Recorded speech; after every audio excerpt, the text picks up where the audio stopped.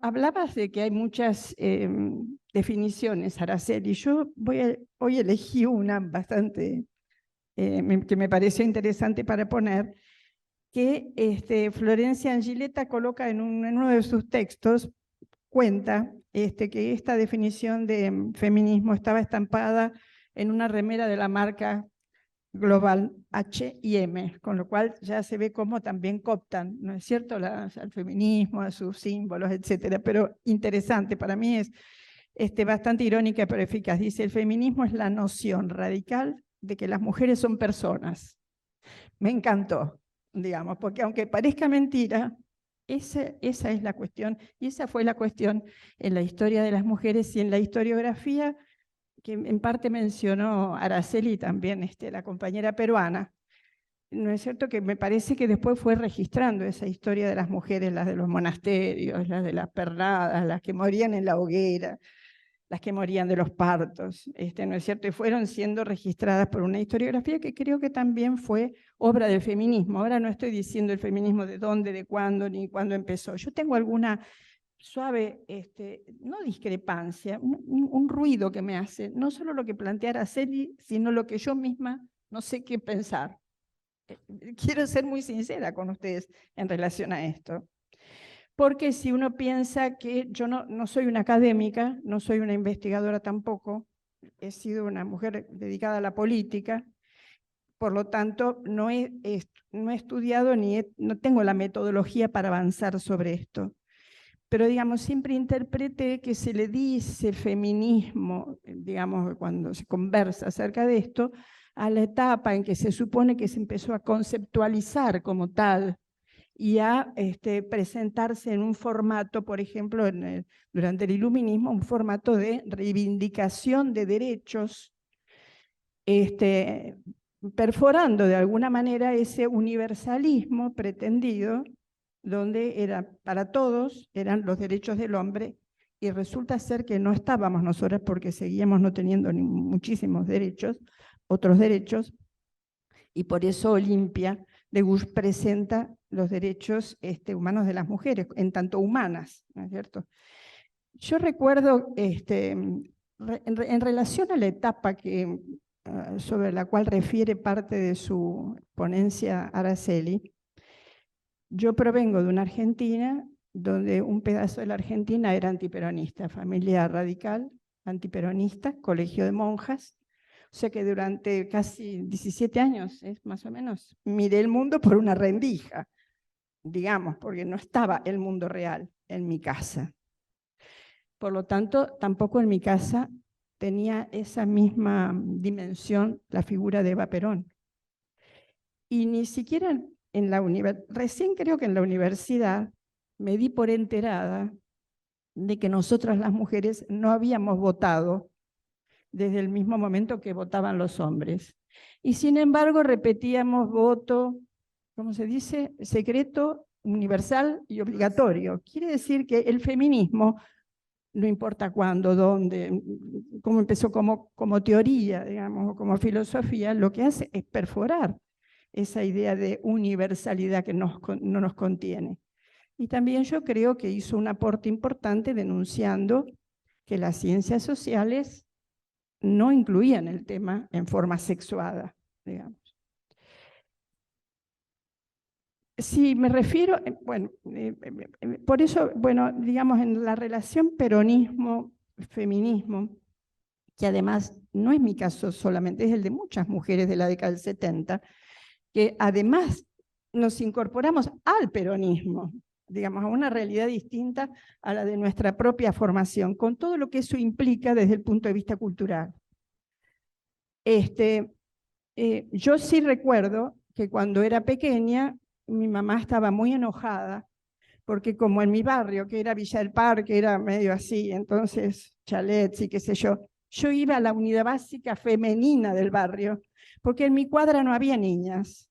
Y entonces yo encontraba allí las niñas y iba abrazada con todas las niñitas, y había una queja en mi familia acerca del modo en que se adoctrinaba, ¿no es cierto?, a las niñas en las unidades básicas, pero no tenía idea de la historia, digamos, de Eva Perón, ni de lo que Eva Perón hizo. Después, cuando yo termine y conversemos, les tenés que contar lo de la razón de mi vida, porque para mí fue una cosa que me iluminó lo que tratás en tu libro, El peronismo será feminista o no será, si querés, Araceli. Me resultó muy interesante. Entonces, vuelvo. En nuestra militancia, nosotras, que minifalda, píldoras, cigarrillo, lucha armada, en distintos frentes, en realidad, algunas de las cuestiones las mirábamos solo desde el punto de vista político, ideológico, y desde aquí, desde Latinoamérica.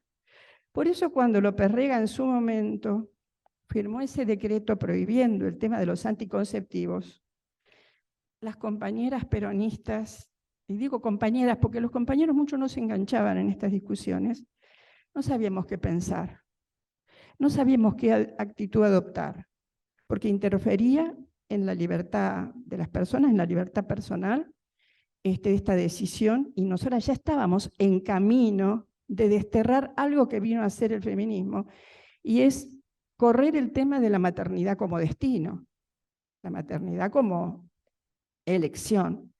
Sin embargo, nos pesaba el tema de que el imperialismo, y además era cierto, trabajaba en nuestro continente para que hubiera menos población. Y había películas al respecto, ustedes conocen, no me acuerdo si fue la película Sangre de... No, una película boliviana impresionante al respecto, se conocía lo que pasaba, y entonces empezábamos a tener una contradicción acerca de ambas posturas. Digo esto porque después en mi trayecto político yo fui sintiéndome con el tiempo más, no digo más, fui haciéndome, si se quiere, feminista, no sé cómo expresarlo. Y además tomando al feminismo como una ética. Y como yo ya tenía una ética, que era la del peronismo, como movimiento humanista, para mí el movimiento más humanista planteado en la Argentina, y como posible en nuestro país, porque no desconocía las otras propuestas sociales y políticas, en ese tránsito fui, creo que atravesando mis dos posiciones o mis dos identidades, tal vez, mejor decirlo así, mis dos identidades.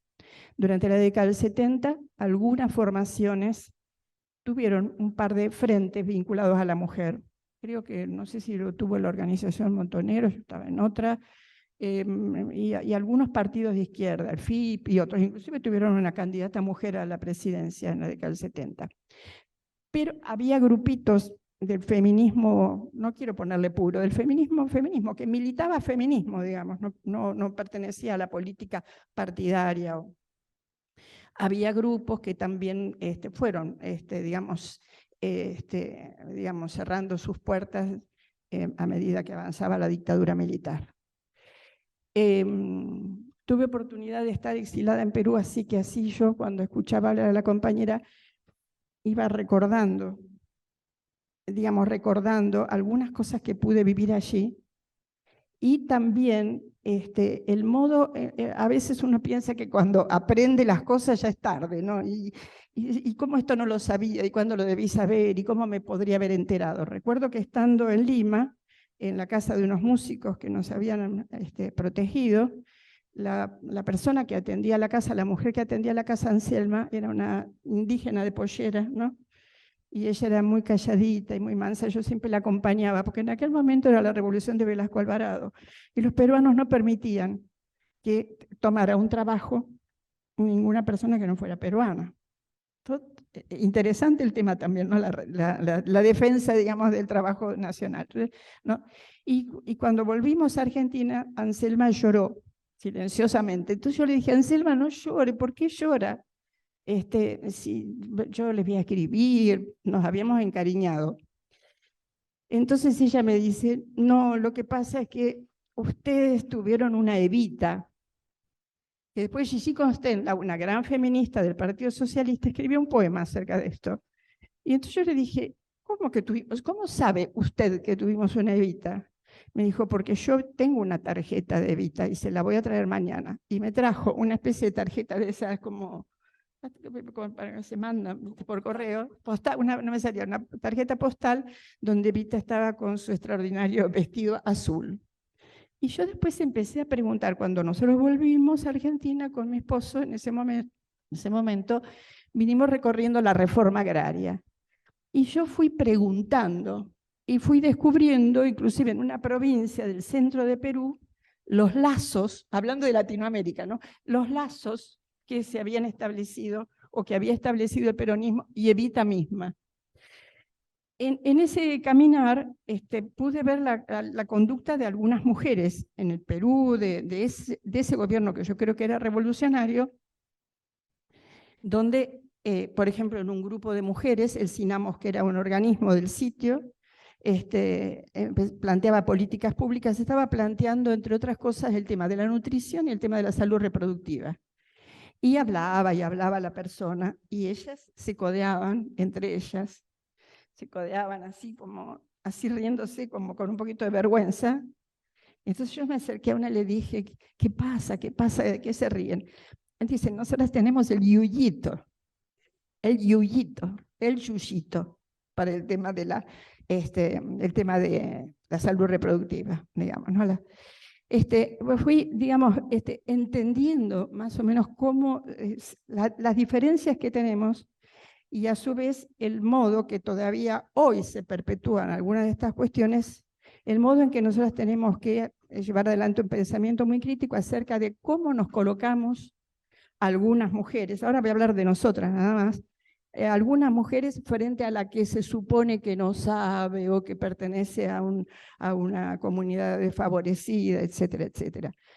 Para terminar la anécdota de ahí, porque quiero pasar a otros temas más importantes, pero me fue volviendo esa historia de nuestras mujeres de Latinoamérica, que en Bolivia, en la calle de Hechicería, donde se venden piedritas, cuestiones para hacer por el mal de amor, por esto, porque también cuando uno hace una casa, entonces hay que enterrar una serie de ofrendas, porque si no la casa se lleva al dueño, en fin, y se venden en toda esa calle y fetos de llama y cosas para armar estas ofrendas. Y entonces estaba ahí parada yo y miro, lo hice respetuosamente, sin embargo, recibí una lección. Porque le dije, ay, y señalé algo, que no recuerdo, como si hubiera dicho uñitas, porque había todas cosas raras. ¿Y eso qué es?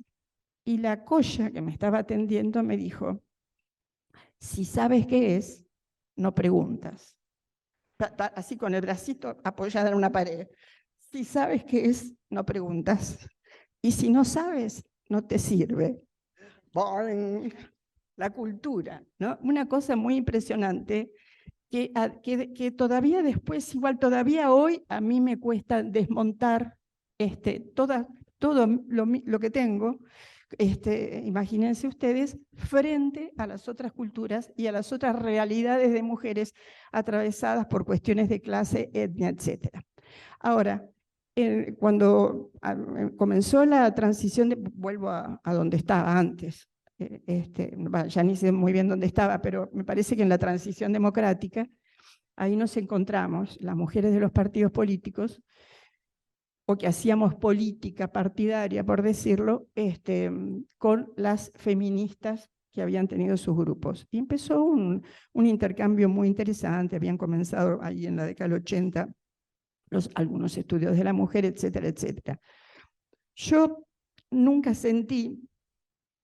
no lo sentí, la conceptualización que el feminismo académico, los escritos, la producción de conocimiento que había acerca de algunos temas, nunca la sentí vulnerando mi ser latinoamericano.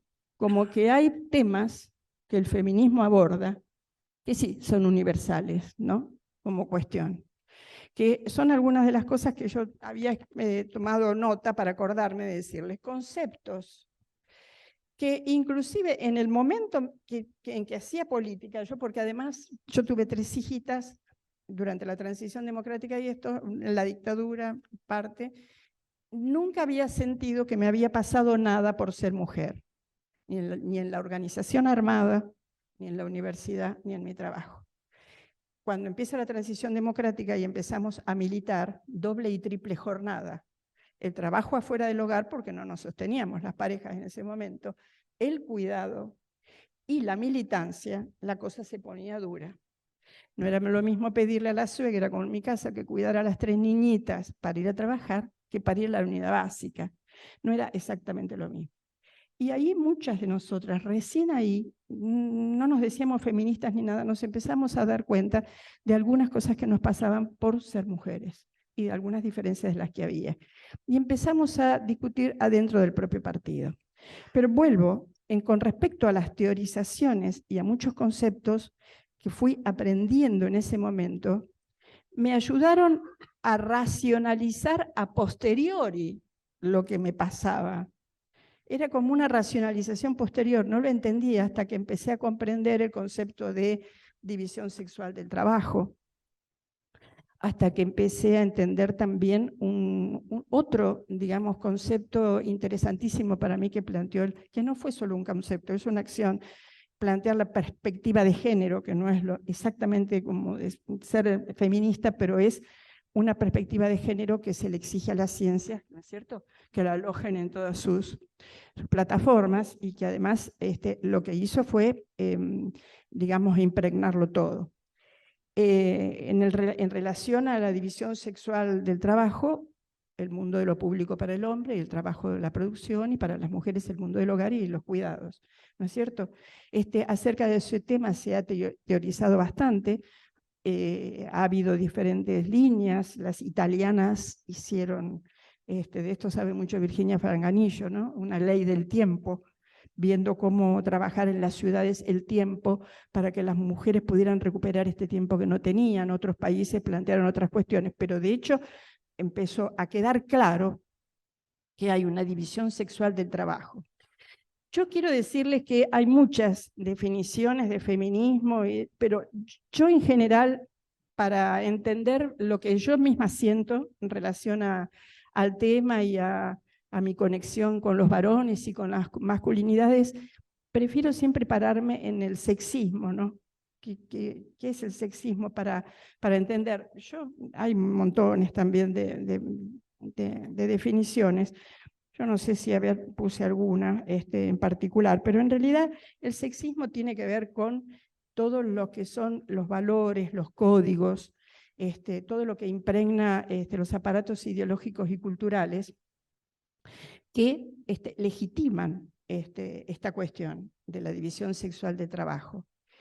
Y si uno analiza que el sexismo es esto y que no es conveniente ni para hombres ni para mujeres, desde la crítica al sexismo, uno puede decir que el feminismo vino a plantear un modo de vivir que no sea solo bueno para las mujeres, sino también para los varones. En relación a las mujeres, fuera no solo, por ejemplo, del trabajo, la producción, el tema intelectual, ya saben ustedes que primero no nos dejaban estudiar, después nos dejaron estudiar, pero después no nos dejaban trabajar, y así todo fue una conquista, una cosa atrás de la otra. ¿No es cierto? Pero digamos que ver el mundo desde este punto de vista de lo que significa el sexismo permite trabajar con las mujeres, planteando nuestros derechos, la reivindicación de nuestros derechos, pero yendo todavía mucho más allá. Porque a mí me parece que el feminismo, que le voy a poner no solo teórico, la actitud, la lucha feminista, lo vamos a poner ahí, es subversiva. Y lo que plantea es la modificación a fondo del orden social existente. Un orden social que no es tan fácil de transformar, que está en transformación, y mientras está en transformación va produciendo efectos que a veces producen retrocesos, muchas veces avances nítidos, pero contradicciones también internas.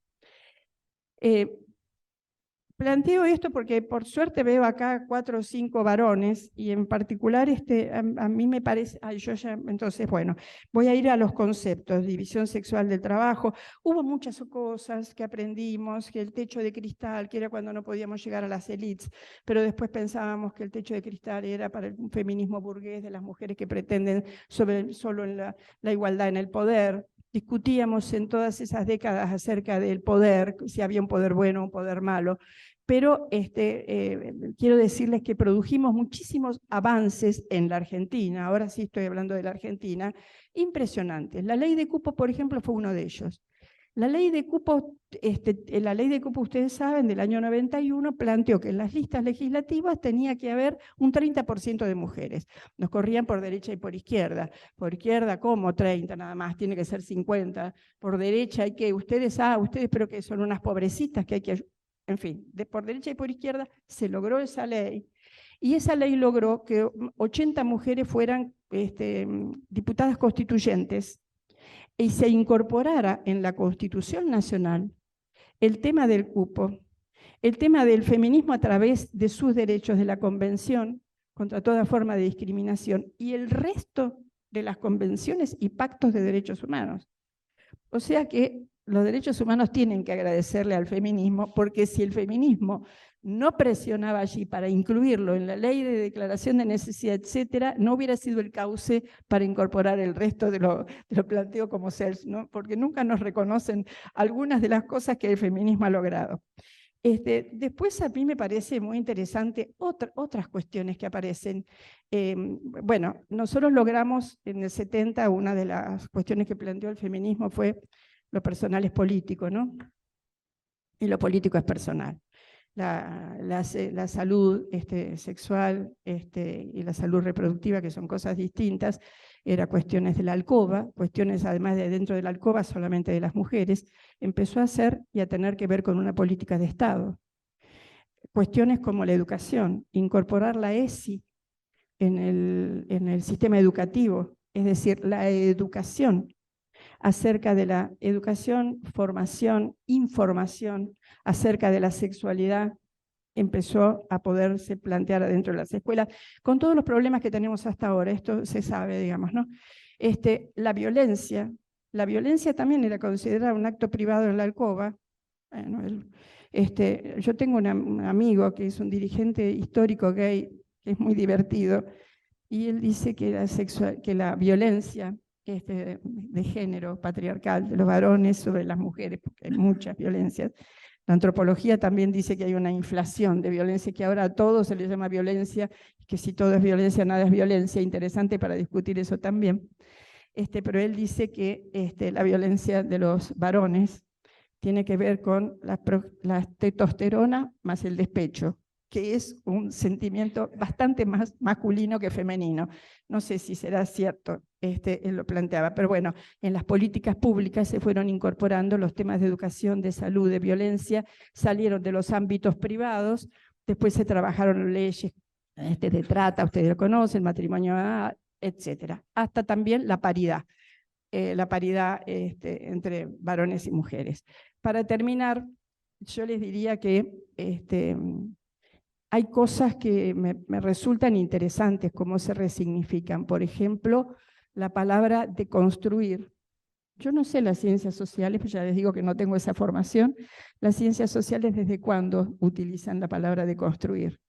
Pero se hizo famosa la palabra de construir en formato masculino, con cierta vergüenza, es como una coartada, para decirle, no a nosotros las mujeres, porque es de toda corrección política hoy, pero es justificarse frente a los varones a actitudes que están cambiando. Hoy el feminismo en Argentina está complicado, a mi modo de ver. Siempre fue un poco fragmentario, como en el resto de América Latina, como también las luchas populares, fue heterogéneo, pero ahora está fragmentado. Y hay dos o tres temas, y ya termino, dos o tres temas que merecerían un debate al interior del feminismo y que está difícil para llevarlo adelante. Se convierte en confrontación. Yo he notado, me parece, en mi vida política que cuando un debate se convierte en confrontación es porque hay lobbies atrás jodidos, voy a usar esa palabra, y muchas veces comerciales.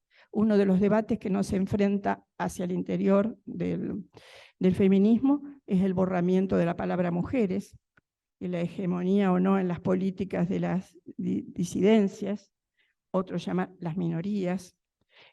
Otro de los debates controvertidos es la prostitución. explotación, violencia o trabajo, el alquiler de vientres. Y entonces, para terminar, diría que el feminismo siempre está, el feminismo para mí es revolucionario aún en sus avances y retrocesos. Tiene que estar siempre alerta y lo que sí falta es que modifiquemos en eso nos parecemos bastante a los varones, modificar nuestras actitudes.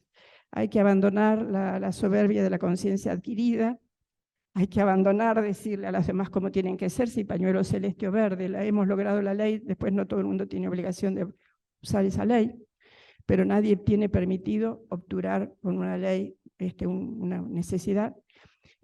Pero digo, tendríamos que modificar muchas de nuestras actitudes, las mujeres feministas, tener más empatía con las masculinidades que se están deconstruyendo, para mí, e ir llevando adelante más transformaciones, pero además los cambios culturales. Los cambios culturales siempre son más lentos que los cambios legislativos.